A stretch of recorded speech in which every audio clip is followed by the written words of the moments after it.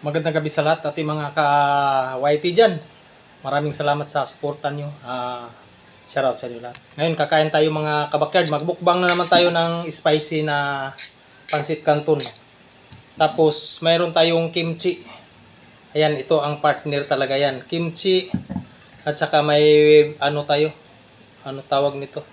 Sibuyas. At kape.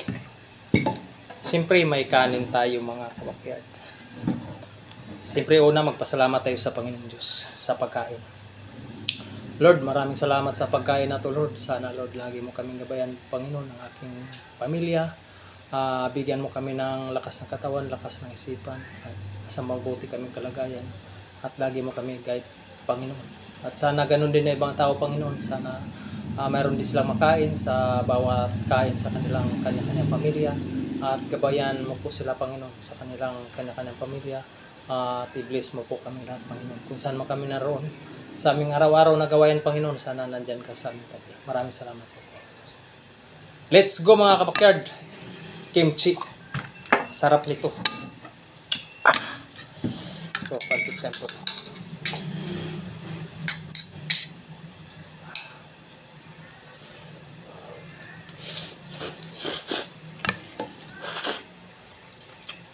Kimchi.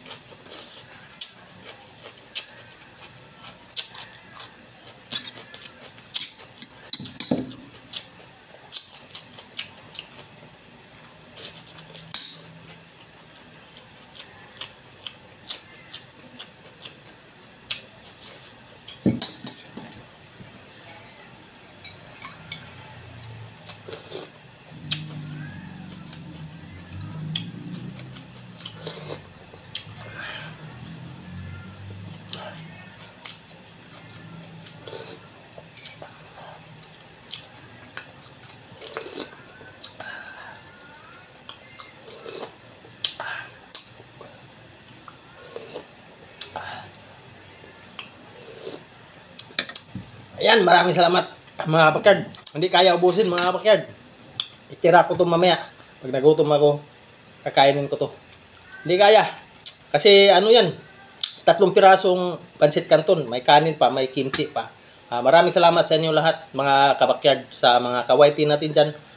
Thank you for watching. Sa mga hindi pa naka-subscribe sa aking channel, hingin na naman ako ng suporta sa inyo mga idol. Sana po i-subscribe at share sa maliit kong channel para makasahod na naman tayo, makashare na naman tayo sa kapwa natin. Yun ang goal ko sa aking pagpa-vlog. Makasahod tayo, yung kalahati, share natin sa kapwa natin. Siyempre yung kalahati gamitin ko para sa pamilya ko. Maraming salamat. Thank you for watching mga kabakyard. God bless sa inyo lahat. Bye-bye.